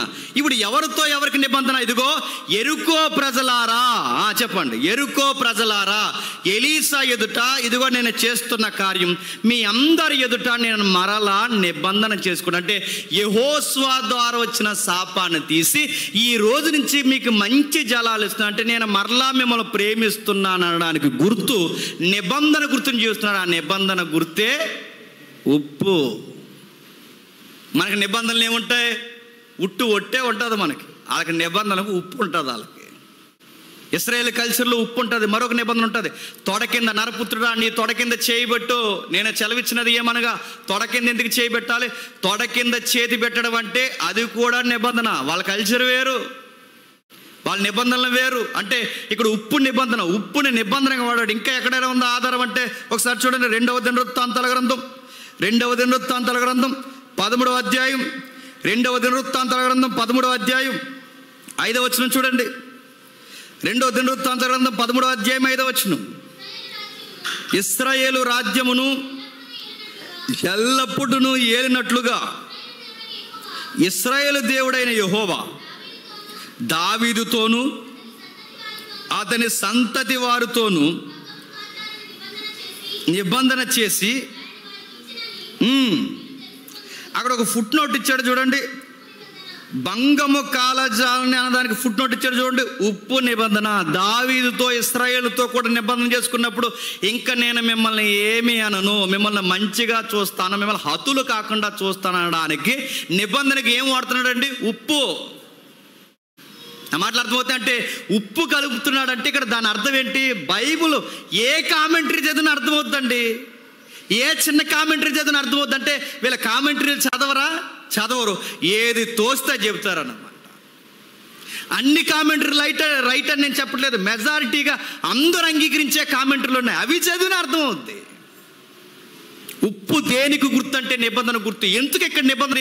యెహోషువ కాలంలో శాపం వచ్చింది, ఆ శాపాన్ని మళ్ళీ తీసేస్తున్నాను. 2, ఎలీసా మళ్ళీ ఏలియా ప్లేస్లో స్థిరపరచబడుతున్నాడని ప్రజలకు కూడా కన్ఫామ్ అయిపోయేలా రాజుల ఎదుట ఎలా అయితే ఉప్పు నిబంధన జరిగేదో ఇప్పుడు ఎలీసాకి ప్రజలకి ముగ్గురికి నిబంధన గుర్తే చెప్పండి, ఉప్పు కలపడం. నిజానికి ఒక మాట చెప్తున్నాను, ఉప్పులో ఏమన్నా మిరాకిల్ ఉందా? ఇప్పుడు బాలేని నీళ్ళు ఉప్పు కలిపితే ఇంకేమవుద్దండి? ఇంకా నీళ్ళు పాడైపోతుంది. ఇప్పుడు బాలేని బాటిల్ తెచ్చింది, 1 కేజీ ఉప్పు కలిపాను అనుకోండి, ఎలా ఉంటుంది? ఇంకా దరిద్రం అవుతుంది. ఇప్పుడు అసలే నీళ్ళు బాలినప్పుడు మళ్ళీ ఉప్పు కలిపితే అంటే మిరాకిల్ ఎందులో లేదు చెప్పండి? ఉప్పులో లేదు. ఒకవేళ మిరాకిల్ ఉప్పులోనే ఉంటే ఉప్పు కలిపినట్టే మంచినీళ్ళు అవ్వాలి. ఎక్కడైనా ఉప్పు కలిపితే ఉన్న నీళ్లు మంచినీళ్ళు అవుతాయా? నీసి మాంసానికి ఉప్పు కలుపుతారేమో కానీ మాంసం పాడవకుండా తాగే ద్రవ పదార్థానికి ఉప్పు కలిపితే మంచిది అవుతాయి. ఇంకా నీళ్లు తాగలేనంత సేదుగా అయిపోతాయి. సముద్రం కెరటాలు కొడుతుంది, ఎక్కడ పడితే అక్కడ నీళ్లు తాగలమా? అంటే ఇప్పుడు మిరాకిల్ ఎందులో లేదు చెప్పండి? ఉప్పులో లేదు. ఉప్పులోనే మిరాకిల్ ఉంటే ఉప్పు కలిపినట్టే వీళ్ళు ఎప్పుడో ఉప్పు కలుపుకుని తాగేద్దరు. అంటే ఉప్పులో లేదు చెప్పండి. ఉప్పుడు నిబంధన చేసిన నిబంధన వెనకున్నా చెప్పండి దేవుళ్ళు. నేను ముగించేస్తున్నా త్వరగా. ఇప్పుడు ఇదంతా మీరు విన్న తర్వాత అంటే మరి ఆ రోజు అది నిబంధన, ఆ రోజు ఉప్పు నిబంధన, ఈ రోజు వీళ్ళకి పిల్లలు పుడతాయి అనడానికి అరటిపండు నిబంధన అంటారేమో. మళ్ళీ ఇదో గొడవ. అందుకే నేను నొక్కు చెప్తున్నాను, ఎలీసాకి చెప్పాడు పట్టుకెళ్ళమని, నీకు చెప్పాడా? ఎలీసాకి పర్టికులర్గా చెప్పాడు, మీకు చెప్పాడా? దావీదుకి చెప్పాడు, ఎలీసాకి చెప్పాడు. ఉప్పు సందర్భాల్లో చాలా చెప్పారు, ఇంకా రిఫరెన్స్ ఉన్నాయి. అసలు ఎలీసా లైఫ్లో చాలా ఉన్నాయి. కోట్ చేసుకుంటే వీళ్ళు కోట్ చేసుకుంటే అవి ఏం కోట్ చేయలేదు, అడ్డంగా దొరకడం ఇది ఒకటే కోట్ చేసుకున్నారు. ఇంకా ఉన్నాయి, నేను తీద్దాం అనుకున్నాను కానీ ఎందుకులే మళ్ళీ అంత సాగదీసినట్టు ఉంటుందని. ఇంకా కోట్ చేయడానికి చాలా ఉన్నాయి కానీ అడుగుతున్నాను, ఎలీసాకి యెహోవా చెప్పాడు, మీకు అరటిపళ్ళు పంచమని యెహోవా చెప్పాడా? అహరోను, మోసే ఆ కర్రను తీసుకోండి అని చెప్పాడు, కర్రను తీసుకోమని చెప్పాడు, ఉప్పుని తీసుకోమని చెప్పాడు. ప్రతి దిక్కున ఏదో ఒక సందర్భంలో దేవుడు చెప్పాడు. కొన్ని విషయాలు ప్రవక్తలు సొంతంగా వాడితే కొన్ని మెడిసిన్గా వాడారు. ఈ క్లారిఫికేషన్ ఎక్కడెక్కడికే మనకు ఉందగా. నేను అడుగుతున్నాను, మమ్మల్ని కూడా తీసుకోమన్నాడంటే నేను అడుగుతున్నాను, ఎలీసాతో పోల్చుకోవడానికి ఏలియా గారు మీ ముందు గురువు గారు ఎవరైనా? ఒక సందర్భం అప్లై చేసుకున్నామంటే అన్నీ అప్లై అవుతాయి కదండి. అందుకే నేను త్వరగా ముగించేస్తున్నాను. 2వ అధ్యాయం అదే 19వ వచనం చదవండి. అంతటా పట్నపు వారు నా ఏలిన వాడైన నీకు కనబడుచున్నది కానీ నీళ్లు మంచివి కాదు, అందుచేత భూమియు నిస్సారమై ఉన్నది. ఎలీసాతో అనగా కొత్త పాత్రలో ఉప్పు వేసి, ఒక వ్యాఖ్యానకర్త ఇలా అన్నాడు, కొత్త పాత్రను ఎందుకు అన్నాడంటే ఇప్పుడు కొత్త పాత్రను నేనే అని సింబాలిక్గా చెప్పడానికని కూడా అన్నాడు. అది జస్ట్ వ్యాఖ్యానమే, అది తీసుకోండి తీసుకోకపోండి. కానీ మనకు కావాల్సింది ఇదిగో కొత్త మినిస్ట్రీ, కొత్త పాత్ర, కొత్త నిబంధన. మీ పాత రోత జీవితాలు ఇక దేవుడు పూర్తిగా మార్చేస్తాడు. యెహోవాయే నీళ్ళు ఇస్తున్నాడు, మీరు బయలు వలన జీవింపబట్టలేదు. యెహోవాయే ఏకైక దేవుడు, ఎందుకంటే మాత్రమే అని చెప్పాడు. ఇప్పుడు చెప్పండి, దీని వెనకాల ఎంత చరిత్ర, దీని వెనకాల ఎంత నేపథ్యం, దీనికి ఒకదానికొకటి ఒక ప్రవచనం, ఒక శాపం, విడుదల ఇంత ఉంది ఉప్పుకి సంబంధించి. ఇదేమీ ఆలోచించకుండా ఎలీసా ఉప్పు కలిపాడు కనుక నేను ఉప్పు కలిపానంటే ఇప్పుడు గర్భాల్లో ఉన్న వాళ్ళందరూ శాపాలతో ఉన్నారనా? ఏమని కంపేర్ చేయాలి అంటే దేన్ని ఎలా కంపేర్ చేసుకోవాలంటే వీళ్ళు తరతరాలుగా శాపాలు మోస్తున్నారనా? ఏమనుకోవాలి దాన్ని ఏమని కంపేర్ చేయాలి? అందుకే మీకు రెఫరెన్స్ కంపేర్ చేసే ముందు 100 సార్లు ఆలోచించండి. టైం అయిపోయింది, మనకి 3వది ఉండిపోయింది. ఆయన గురించి ఇంక కంపేర్ చేయడం అనవసరం లేదు, ఎందుకంటే దేవుడితో ఆయనకు పోలిక మంచిది కాదు. ఆయనకంటే ఈ మిరాకిల్ బోధలకి. 3వది ఏం కోట్ చేశారంటే యోహాను సువార్త 9వ అధ్యాయం చూడండి. యోహాను సువార్త 9వ అధ్యాయం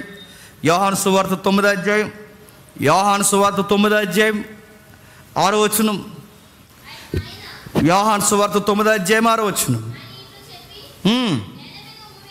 నేల మీద ఉమ్ము వేసి ఉమ్ముతో బురద చేసి ఆయన కన్నుల మీద బురద పోసి నీవు సిలోయేము కోనేటిలోకి పోయి అందులో కడుక్కొమ్మని చెప్పగా సిలోయేము మాటకు పంపబడిన వాడని అర్థము.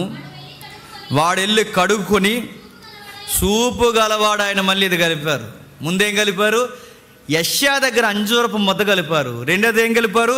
ఎలీసా దగ్గర ఉప్పు నిబంధన కలిపారు. 3వది ఏం కలుపుతున్నారు? ఏం కలిపారు? యేసు ప్రభు కళ్ళుకి ఏం రాశాడట? బురద చేసి ఉమ్ము వేసి బురద చేసి అవి కళ్ళకు రాశాడుగా. యేసు ప్రభు బురద పెట్టాడు కనుక మేము ఏం పెడుతున్నామంటే చెప్పండి, యాపిల్ ఎత్తున్నాం అన్నారంట. నేను ఒక మాట్లాడుతున్నాను, ఈయనతో పోల్చడం సాగదీయడం అంత మంచిది కాదు. కానీ అసలు యేసు ప్రభుతో మీకు పోలికేంటి? యేసు ప్రభుతో మీకు పోలికేంటి? ఆయనకు బురద లేకపోయినా మిరకిల్ చేస్తాడు. ఆయనకి ఏ ఒక్క పదార్థం లేకపోయినా మిరకిల్ చేస్తాడు. మరొక విషయం గుర్తుపెట్టుకోండి, ఇది ఎందుకు ఎలా చేస్తున్నాడంటే మట్టి నుండి మనిషిని చేసిన వాడు సృష్టికర్త ఈయనే అని చెప్పడానికి ఒక సంకేతం అది. మట్టి నుండి మనిషిని తీశాడు అంటే మట్టి నుండి మనిషిని చేసి ఊపిరిని పోసిన వాడు ఈయన అనుకుంటే రాళ్ళ నుండి కూడా ఏం పుట్టిస్తాడు చెప్పండి? కేకలు పుట్టించగలడు. పనికిరాని నిర్జీవమైన దాంట్లోంచి జీవాన్ని తీయగలడు. అందుకే ఆయన మేరీతో అంటాడు, మేరీ పునరుద్ధానము జీవము నేనే.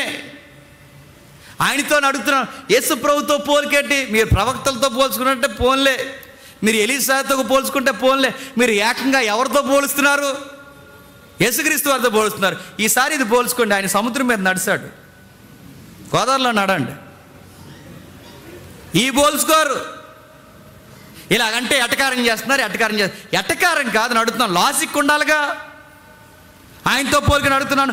ఆయన స్వస్థతలు మరలా చెప్తున్నాను, ఆయనకి బురద లేకపోయినా స్వస్థతలు చేస్తాడు, ఆయన ఉమ్ము రాయకపోయినా స్వస్థతలు చేస్తాడు. చాలా సందర్భాల్లో ఏం ఉపయోగించకుండానే మనిషి దగ్గర రాకుండానే నువ్వు స్వస్థత పొందదు కాక నాకు ఇష్టమే అన్నాడు. చూస్తుండగానే దిగ్గులు లేపాడు, లాజరు బయటికి రా అన్నాడు. అని యేసు ప్రభుతో కంపేర్ చేస్తున్నారు. ఆయన కంపేర్ చేసుకుంటున్నప్పుడు, ఆయనతో పోలిక పెడుతున్నప్పుడు అసలు బాగుందా పోలిక? మరలా రేపు పొద్దున ఇంకో రిఫరెన్స్ చేస్తారేమో, నన్ను నమ్ముకున్నవారు, నా సేవ చేస్తున్నవారు నాకన్నా గొప్ప క్రియలు చేస్తారంటే, గొప్ప క్రియలు చేయడం అంటే అట్టుపూలు పంచడం కాదురా బాబు అయ్యా. నాకన్నా గొప్ప క్రియలు చేస్తారంటే, గొప్ప క్రియలు అంటే దానికి సందర్భం వేరు, మళ్ళీ దాని సందర్భం వేరు. నాకన్నా గొప్ప క్రియలు అంటే దాని టెక్స్ట్ వేరు. నాకన్నా గొప్ప క్రియలు అంటే ఇవి కాదు పదార్థాలు పెంచి వ్యాపారం చేయడం కాదు. ప్రభు మరలా చెప్తున్నాడు ఆయన సృష్టికర్తతో పోలికేంటి? ఎందుకు అక్కడ చేస్తున్నాడు తెలుసా? కోనేటి అంటే కోనేరు, సిలోహు కోనేరు అనగానే పంపబడినవాడు, యెహోవా దగ్గర నుంచి వచ్చిన మెస్సయ్య, పంపబడినవాడు ఈయనే అని డిక్లేర్ చేసే కేసు అది. ఈయన మెస్సయ్య, ఈయన మట్టి నుంచి మరలా మనిషికి జీవాన్ని ఇవ్వగలడని చెప్పగలిగే సృష్టికర్త. అంటే ఈయన సృష్టికర్త అని చెప్పడానికి ఆ కార్యాచరణ జరుగుతుందే తప్ప ఇది మీకు సంబంధించిన అప్లై చేసుకునే రెఫరెన్స్ కాదు. ఇలా అప్లై చేసుకుంటే చాలా అప్లై అవుతాయి, అవన్నీ మేము అడిగితే మళ్ళీ మీరు తట్టుకోలేరు, మా మీద పడి ఏడుస్తారు. అందుకే నేను చెప్తున్నాను, యెషయా మీకు సంబంధం లేదు, ఎలీషా ఉప్పు నిబంధన మీకు సంబంధం లేదు. ఎందుకంటే అసలు ఎరుకోకి నీళ్ళకి మీకు ఈరోజు అట్టుపొలికి సంబంధం లేదు. నెక్స్ట్ ఇక్కడ ఈ కోనేరు దగ్గర ఇక్కడ జరుగుతున్న ఆ సృష్టికర్త కార్యాలకి మీరు చేస్తున్న కార్యాలకి సంబంధమే లేదు. ఇప్పుడు చెప్పండి, పిల్లలు ఎలా పుడతారన్నా అని మీరు అడిగితే నిబంధన చేసుకున్న తల్లులకి పుడతారు. నిబంధన అంటే ఏదో ఒక మాట ఇవ్వండి, ఏమో దేవుడు మీ నుంచి ఏం కోరుకుంటున్నాడు నాకు తెలియదు. నేను లాస్ట్ వీక్ కూడా చెప్పాను, మీరు ప్రత్యేకం దేవునికి. చాలామంది కనేసారు దేవుడు, చాలామందికి పిల్లలు ఇచ్చాడు, కానీ మీకు ఇవ్వకుండా ఆలస్యం చేస్తున్నాడంటే మీ నుంచి ఏదో ప్రత్యేకం కోరుకుంటున్నాడు. ఎంత విన్న తర్వాత మీరు స్వస్థతలు లేవంటారంటే నేను లేవంటలేదు, స్వస్థతలు ఉన్నాయి. అద్భుతాలు దేవుడు మనుషుల జీవితాల్లో చేస్తాడంటే చేస్తాడు. మా కళ్ళ ముందు చాలా అద్భుతాలు మేము చూసాం, చాలా ఘనకార్యాలు నేను చూశాను. నా లైఫ్లో కూడా నేను అద్భుతాలు అనుభవించాను. దేవుడు అద్భుతాలు చేస్తాడు, దేవుడు ఘనకార్యాలు చేస్తాడు, దేవుడు స్వస్థపరుస్తాడు. దేవుడు ఈ రోజుకి యెహోవా రాఫా, ఆయన నిజంగానే స్వస్థపరచు దేవుడు. ఈ భూమి తిరిగినంత కాలము దేవుడు మనుషుల మధ్య అద్భుతాలు స్వస్థతలు జరిగిస్తూనే ఉంటాడు. కానీ గుర్తుపెట్టుకో, మేము చేస్తాము అని వ్యాపారం పెడుతున్నారే, ఆడుతూనే మాకు ప్రాబ్లం. దేవుడు చేస్తాడు, దేవుడు ఘనకార్యాలు చేస్తాడు. దేవుడు నిజముగా వ్యక్తుల ద్వారా జరిగించిన కార్యాలని వాళ్ళ పబ్లిసిటీ చేసుకోరు. ఎందుకంటే ఎక్కడ ఇద్దరు ముగ్గురు సంఘముగా కూడుకుని ఆయన నామాన్ని కూడుకొని ప్రార్థిస్తారో, ఎక్కడ సంఘ పెద్దలందరూ కూడుకొని నూనె రాసి ప్రార్థన చేస్తారో అలాంటి దగ్గర ఖచ్చితంగా హీలింగ్స్ జరుగుతాయి. దేవుడు గొప్ప కార్యాలు జరిగిస్తాడు. ఇప్పుడు మనకి ఈ గొప్ప కార్యాలు జరిగాయి మా సంఘంలో, ఇక హీలింగ్స్ కోసమే మా సంఘం పుట్టిందంటే ట్రాక్ ఏదో తప్పుతుంది, అది అర్థం. నా మాటలు అర్థమవుతున్నాయి లేదంటే స్వస్థతలు ఉన్నాయా? ఉన్నాయి. స్వస్థతలు ఎక్కడ జరగవంటే ఇదిగో ఆ ఫ్లెక్స్ చేసి వ్యాపారం పెట్టి రేపు వచ్చే తారీఖున మాకు అక్కడ ఉంది రండి ఎర్రసున్ని అంటే జరగవు. ఎలా జరుగుతాయి అంటే స్వస్థతలు గుర్తుపెట్టుకోండి, దేవునికి నీకు కొన్ని కమిట్మెంట్లు కావాలి. హిజ్కియా అడిగాడు, దేవా నేను ఎలా బతకాడు నీకు తెలుసు, నాకు కొంచెం ఆయుష్కాలమే కమిట్మెంట్, స్వస్థత వచ్చింది. ఆ లోపల జనాల మధ్య నుంచి వచ్చిన తల్లి ఆయన వస్త్రాన్ని తాకింది, ఆయన ముట్టితే చాలు నేను బాగుపడతాను అనుకుంది, ఆ స్వస్థత జరిగిపోయింది. ఎరుకో ప్రజలందరూ వచ్చి అడిగారు, ప్రవ్వా అయ్యా మా పరిస్థితి ఏంటి అని అడిగినప్పుడు దేవుడు జాలిపడ్డాడు, ఇచ్చిన శాపాన్ని తీసేశాడు. ఇవన్నీ మనకి ఏం అర్థమవుతున్నాయి? ఇవన్నీ మనకి ఏమి నేర్పిస్తున్నాయి చెప్పండి? ఎక్కడ దేవునికి ప్రజలు దగ్గర అవుతారో అక్కడ ఖచ్చితంగా ఈ రోజుకి చెప్పండి దేవుడు అద్భుత కార్యాలు జరుగుతాయి. మళ్ళీ అద్భుతాలు అన్నామని మళ్ళీ రేపు తిరగకండి. మీకు బాగా అర్థం కావాలి అంటే నేను కాకినాడలో సిరీస్ స్టార్ట్ చేశాను, పరిశుద్ధాత్ముడు 1, 2, 3, 4, ఈరోజు 4. అసలు పరిశుద్ధాత్ముడు ఎలా ఉన్నాడో చెప్తున్నా. మీరు దయచేసి మీకు చేతులకి దండం పెడుతున్నాను, మీరు వినండి ఖచ్చితంగా. అది నిజానికి ఆ సిరీస్ ఇక్కడే స్టార్ట్ చేయాలి. అది 1 year 1.5 year ఉంటుంది ఆ సిరీస్ చెప్పాలంటే. దెబ్బగా చచ్చి ఖాళీ అయిపోతే ఇక్కడ ఆపేశాను నేను. మా ఊళ్ళు కొంచెం మొండోలు కనుక అక్కడ స్టార్ట్ చేశాను, మీరు అది ఫాలో అవ్వండి. పరిశుద్ధాత్ముడు ఏమో ఉన్నాడో, ఆయన కార్యాలు ఏంటో, ఈ అట్టిపొలు గొడవ ఏంటో, ఈ మిరాకిలు గొడవ ఏంటో, ఈ భాషలు ఏంటో ఒక్కదాని వెనకాల ఒకటి మనం మాట్లాడుకుంటూ వస్తున్నాం. అసలు పరిశుద్ధాత్ముడి విషయాలు మేము వింటుంటే ఈరోజు ఆశ్చర్యపోయే సంగతులు మనం విన్నాం అక్కడ. కాబట్టి దేవుని దయ వల్ల మీ 2 వారాల్లో మనం ఆలోచించాం, పిల్లలు పళ్ళు పలహారాలు నీటి ఓట్ల వల్ల పుట్టరు. పిల్లలు ఎలా పుడతారు చెప్పండి? దేవుని కృప వల్లనే పిల్లలు పుడతారు. దేవుడు మిమ్మల్ని దీవించును గాక.